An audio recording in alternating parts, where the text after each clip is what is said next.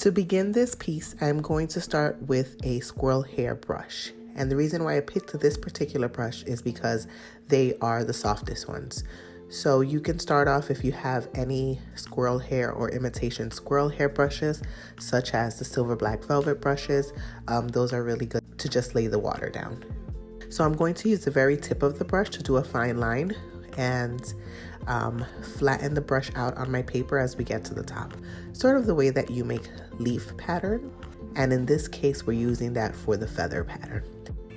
I added a little bit of color just to make it easier to see on camera exactly what I'm doing here. So using a smaller brush, I'm gonna go in with some Sweetheart and add some details. The first detail I'm adding is just the line down the middle, and then I am spreading some of that paint around. These feathers are going to be very loose in color, and we're gonna let a lot of the colors flow in together. With that smaller brush, I'm also adding a few details, such as the feathers sticking out from the side of the larger feather. You can't see it too well here, but we will add more color later to accentuate that a bit. Now I'm going to take some grape gumball and add a little bit more detail to the feather. As you can see here, I'm adding in a little bit of that feather fluff along the top as well. We are keeping it very simple, letting the water do the blending for us, which is one of the reasons why we lay that water down to begin with. Not only does it give us a guide, but it also just kind of helps all the colors meld together. For this piece, I'm alternating between the grape gumball and the Sweetheart. Now I am going to continue using a small brush throughout the painting of this feather because I want to keep my strokes small, and I want the feathers that are kind of poking out of the side to be really small as well.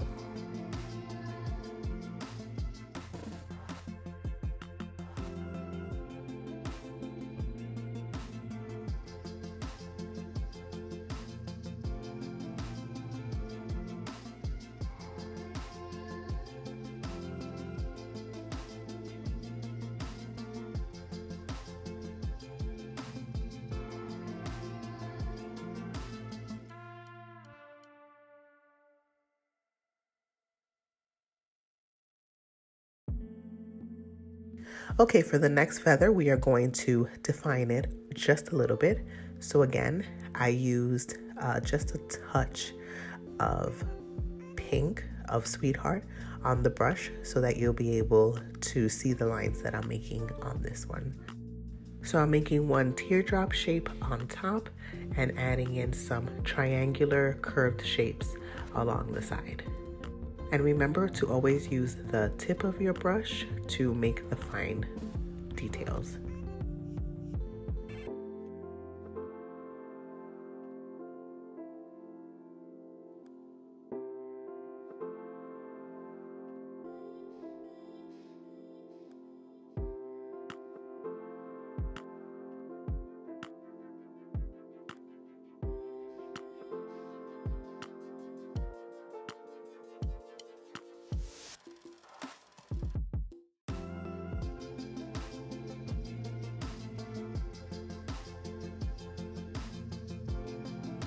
For this feather, I'm leaving just the tiniest space or gap in between the two sides. If you are unable to manage that, that's okay. We'll go in with some white at the end and define those lines just a little bit more.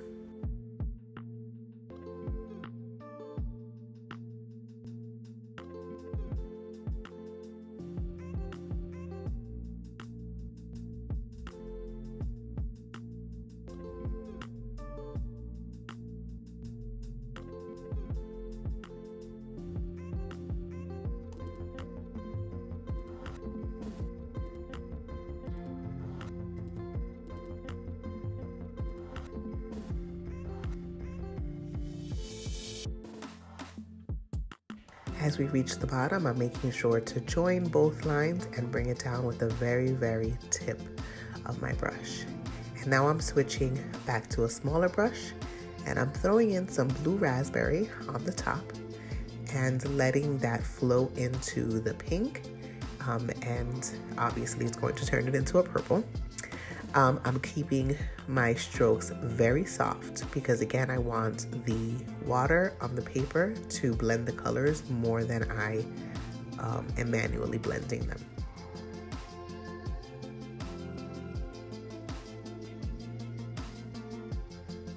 And I am going to alternate between a couple of colors.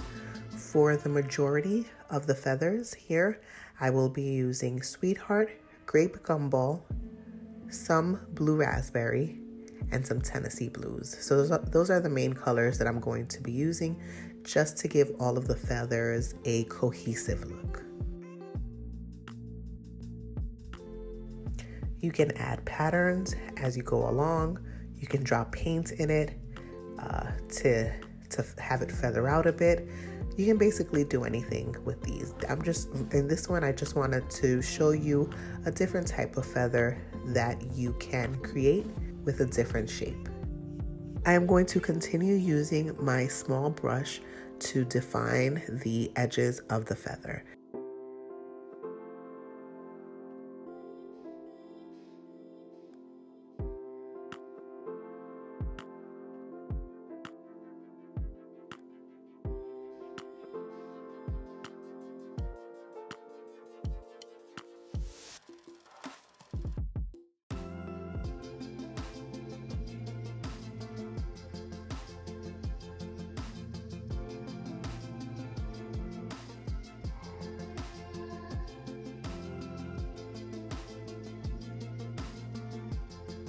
On this side, I added a line of blue raspberry down the middle, and I am just dragging out some of that color with my brush.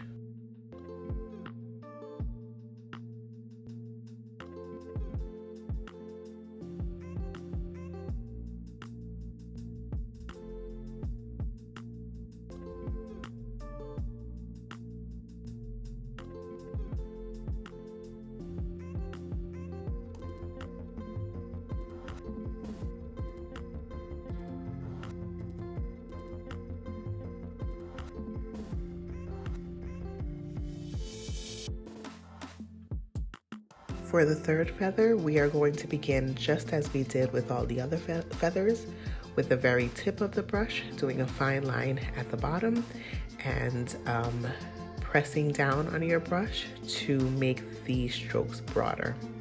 For this feather, I am giving it another silhouette. I am demonstrating a few different shapes and sizes of feathers that you can paint.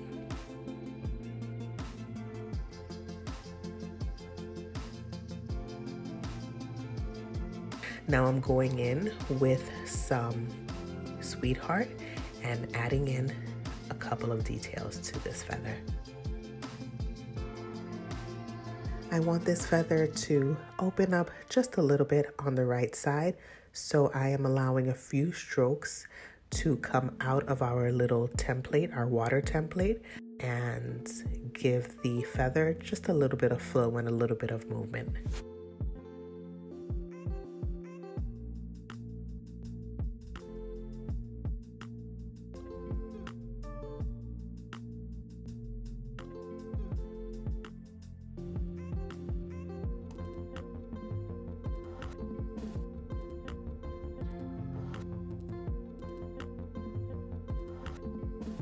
And now I am taking the blue raspberry and doing the same thing to the other side.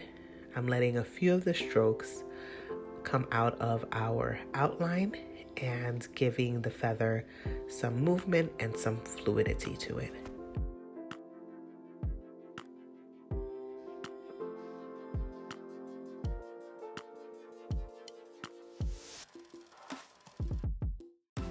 We're going to try a different pattern on this one, and I'm throwing in a couple of dots at the end and just kind of letting them mix together. Feather number 4, again, starting the exact same way. I added a little bit of paint to my brush to make it a little bit easier for you to see the pattern that I am drawing on with water.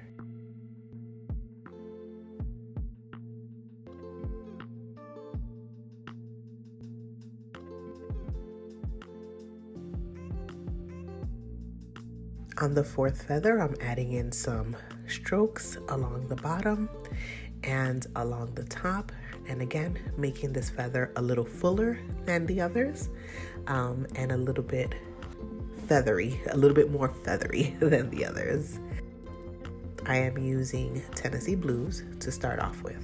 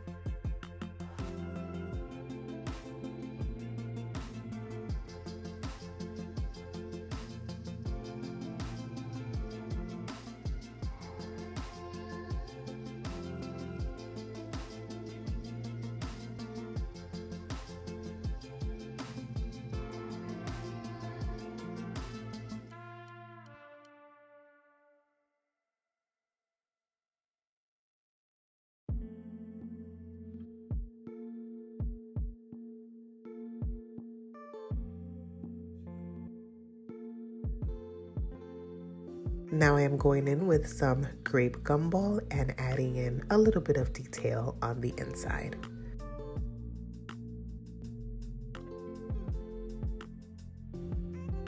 Again, I'm going to try to leave a little strip in the middle where not much paint touches it, and if you're unable to do so, we can correct that at the end.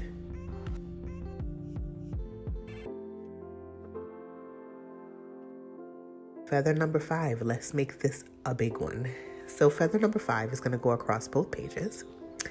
And again, we're starting off kind of with the same movements, the tip of your brush to begin with, and then flatten out that brush, press down on it to make a broader stroke. And as you get to the end, you want to lift it and end it with the tip of your brush again.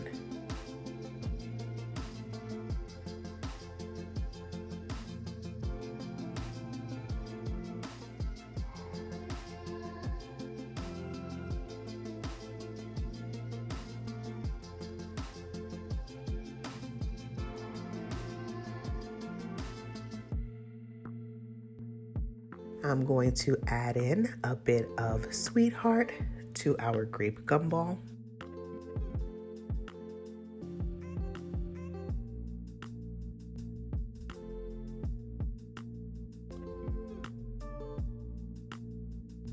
And now I'm going to go back in with the purple, add some feathery strokes along the bottom on both sides.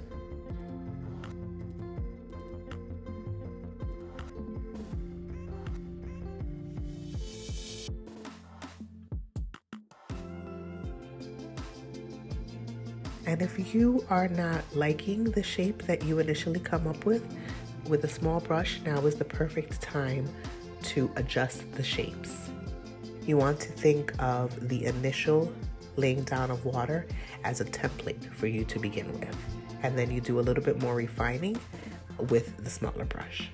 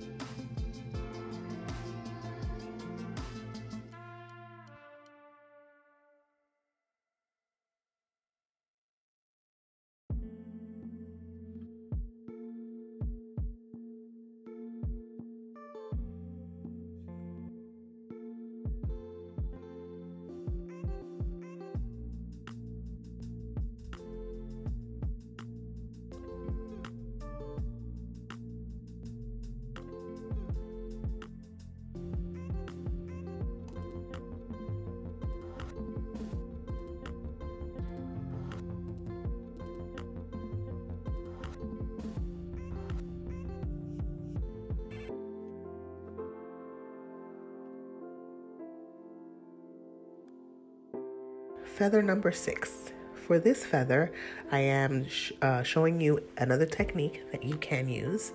So you're starting off, again, with the tip of your brush, flattening down, but instead of lifting your brush up at the very top of the feather, you are going to turn your brush and start moving down. And this is going to give you a more rounded edge at the top. Once that's done, I'm switching back to my small brush and adding in feathers and adding in details.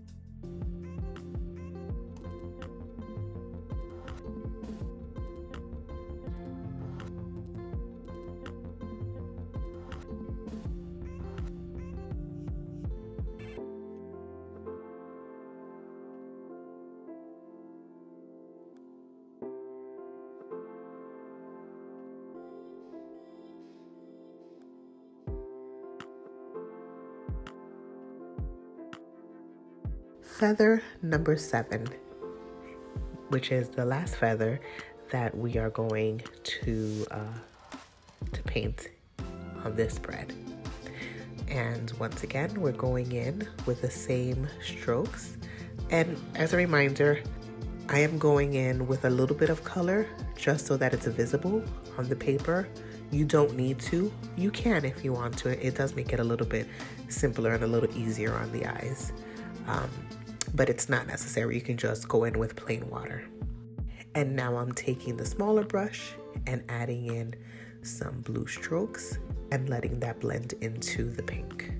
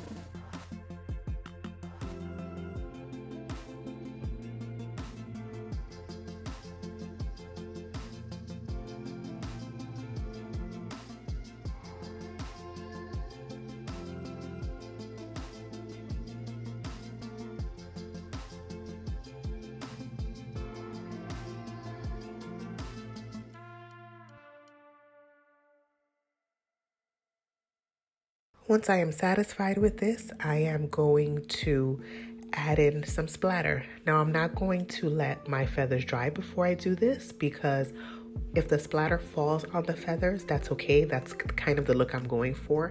I want them all to just sort of mix into the colors. So there are going to be some feathers that are fairly wet, like the last two that we just worked with, and some that are probably already fully dry.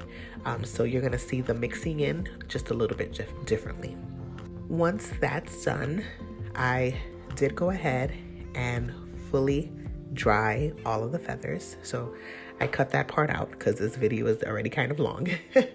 But make sure that it's fully dry before moving on to adding details with your white. So with the white, the first thing that I'm going to do is add a little bit of it to the middle of the feathers.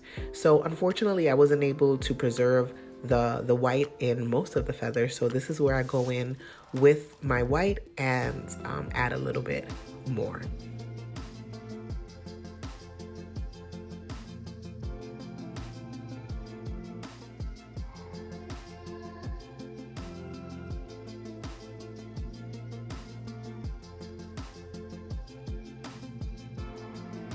What I'm also going to do with this white is to add a couple of spots here and there. Again, not necessary, but we're adding in some details with this white. You can also do this with any other color that you have.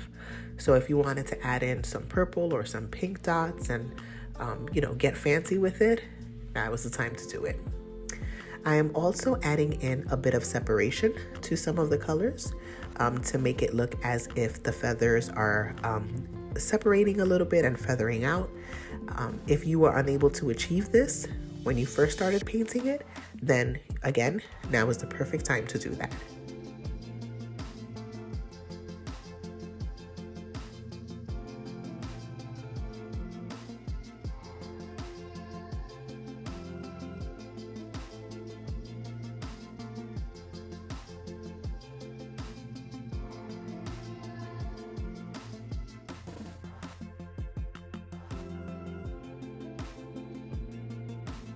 Finally, I'm going to take some white and splatter them on to the feathers. Now, I really like the way this last feather came out because I didn't really add any other white and there really wasn't much of the other colors that splattered into it. So it looks sort of galactic, and you know that's kind of my thing. So there you have it. That is a feather tutorial.